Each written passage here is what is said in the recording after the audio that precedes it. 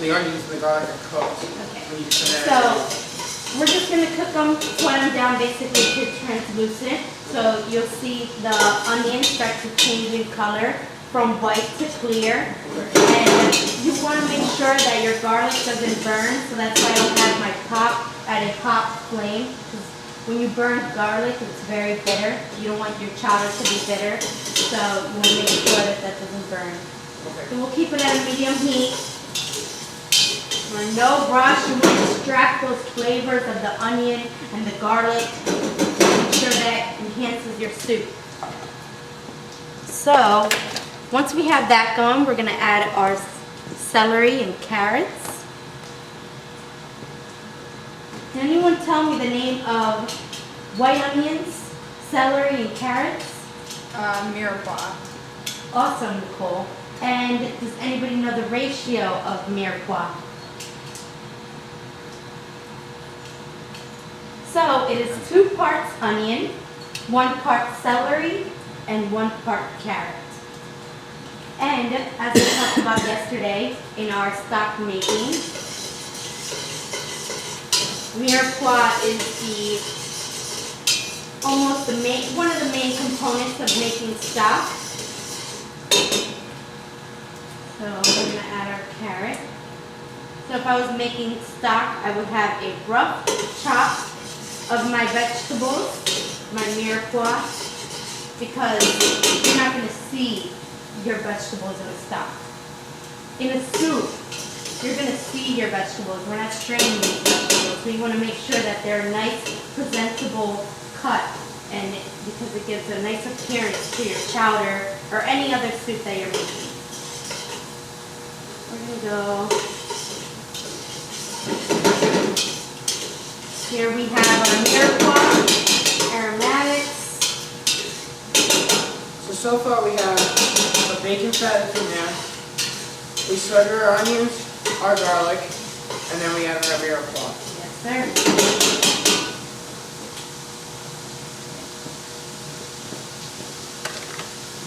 Okay. Feel free, look, smell. Everyone will be making a soup of choice in our next class. We're going to make a stock, a soup of choice, a sauce of choice. So you might want to make chowder. You never know. You don't have to make this kind. You can make any kind. So many kinds of chowder. Clam chowder, crab chowder, shrimp and Gouda chowder. That's a good one. But I'll stick to my bacon. I like bacon. So we got our veggies going. They're changing color.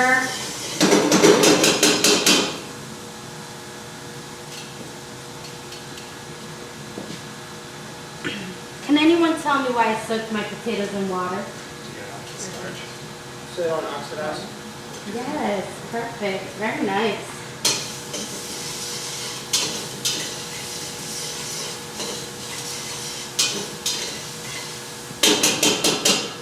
So I'm going to, yes. Okay, I'm going to show you. Thank you very much.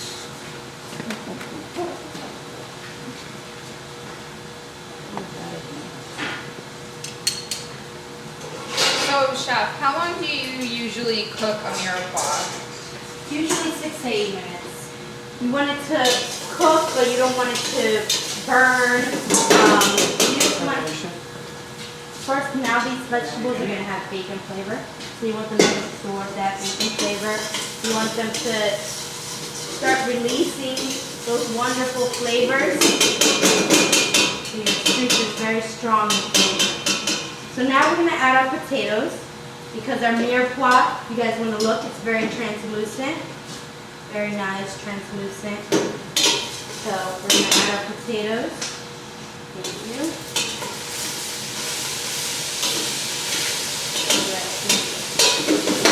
Potatoes are in there. We're going to add our chicken stock. Because now we want to cook our potatoes.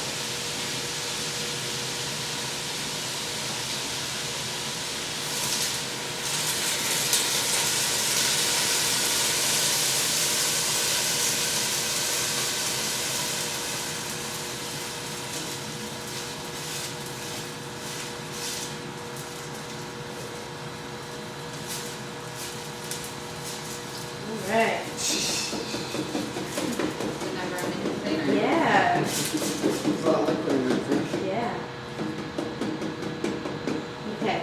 So, while our chowder's cooking and our potatoes are cooking, I would like everyone to get in groups of 2, and we're going to practice making roux. You have the choice. You can make a white, blonde, or brown roux. Any choice you would like. Right here I have flour.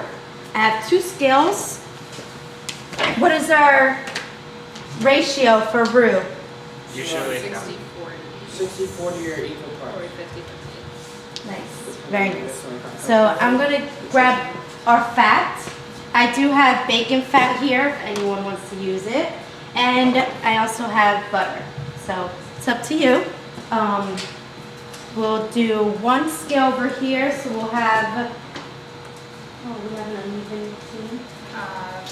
Cyril's just hiding in the corner. Okay. Sarah's gonna go get the He's butter. grabbing the butter. Yes. And all my dairy. It's in a white bag. Perfect. Alright. I'm just going to Yeah, smells good. I'm hungry.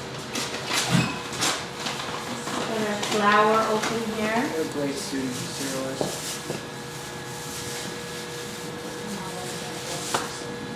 Thank you very much. No, I'm gonna learn myself. Hey, man. Perfect. Yeah? I wanted to have it all. 52. I would take the pot. Hot. He's on. So we give 1 stick of butter. We have some right there. Oh, perfect. Thank So you, Yeah, Chef. that's stick of butter. okay. Chef, you were wonderful. I'm gonna take a small whisk because what's the durability on this thing? So I'm going to demonstrate one first, and then I'm going to let you guys have some fun. Groups of 2. Cyril's excited. Chef, do you have a preference on whisk? Thank you. It's set to grams. My student Kyle knows me so well. Thank you. Thank you. All right. So, notice I'm not wearing gloves. Why? Because we're cooking roux, so I don't need to wear gloves. Right. It's And not you wash ready to your eat hands. food. Nice. Right. No, I'm just scaling. She got that one. She's getting my pan teared. It's all good. Okay. Grab my butter, my whisk. This will be Rock, time. paper, scissors, shoot. My lotion. All right, Sarah, we're together. we're doing it? Yep, that's it. You're gonna go pan over there? No, we usually go pot. Yeah. All right. I'm doing half a cup of flour to half a cup of butter. Check. You 50-50. want a bigger saute pan, Chef? I'll use this one. Yeah, I'm going to. So, one thing when you're making roux. So, as we talked earlier, brown roux, you want a moderate heat because, excuse me. Brown roux, you want a low heat because you're going to cook it for a long time. We're going to put our chowder to simmer. So, with white and blonde roux, you start with moderate heat because you're not going to cook it for a long time. This roux is going to act very fast. You're going to notice the reaction go very fast. So we're going to just put our half stick of butter in there, melt it nicely. Half a cup. Half a cup. So, let it do its work. Melt nicely. You don't want your heat too high because you don't want your butter to brown. You just want to melt the fat, any type of fat. Yeah, bacon fat, duck fat, any fat you want. Do it up. So do all soups need a roux, Chef? No.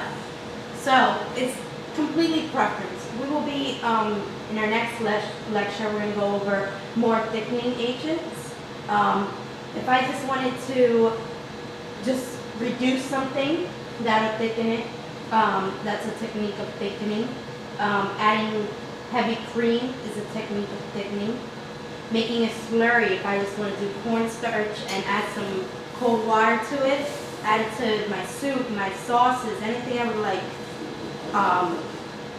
There's many thickening agents out there. You don't have to use Roux. The downside of using Roux, it's very traditional, but the downside of using Roux is that I take this chowder, this is gluten-free. Right now, it's all about allergens out there. So if I add Roux to this chowder, it's not gluten-free anymore. So it's definitely a downside when you add Roux. That's why most restaurants now just use the thickening agent of reducing or adding heavy cream. Most restaurants don't use Roux anymore to thicken their soups because they are being aware of all those allergens out there. Now, if it was like a gluten-free restaurant and they had like a gluten flour, they could obviously still make a roux and it still work the same way.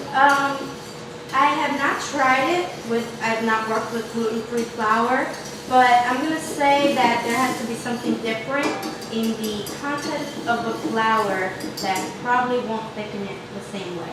It may work, but it might be different. So now we have our butter nice and melted here. We're going to add one important thing when you're making roux is you want to make sure, we're going to lower the heat here because we don't want our butter to brown. You want to make sure you're constantly whisking. This is a practice that you will use in a lot of things. Making sauces, when we make sauces, when you make hollandaise, you will be constantly whisking until you don't have any feeling in your arm. It's awesome though. Love it. Okay, so we're going to add our flour. Add it slowly so that, you're going to notice it's going to start to thicken. That frothy consistency is going to start to happen. So chef, you don't add all your flour at once? I would not add all your flour at once because it's a constant motion of whisking. You want to make sure there's no lumps because if you have that raw flour and add it to your soup, it's going to give it a very, very chalky and mouthfeel. They're going to feel it, that raw, starchy flour. You don't want that. So add it in stages. Make sure you whisk, avoiding any lumps. No lumps. So we're making a white roux. It's very fast roux, no color. Because we're doing a chowder, you want that white color. You don't want your roux to go brown. And then we'll just add the rest. Whisking. Everybody sing.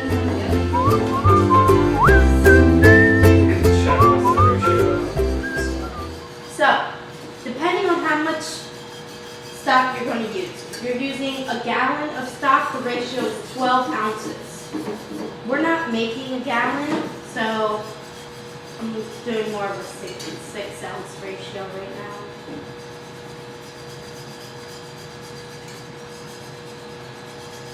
One gallon of chicken stock is 12 ounces of roux.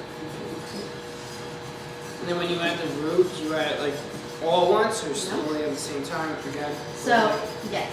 So this is done. No lumps. You see that?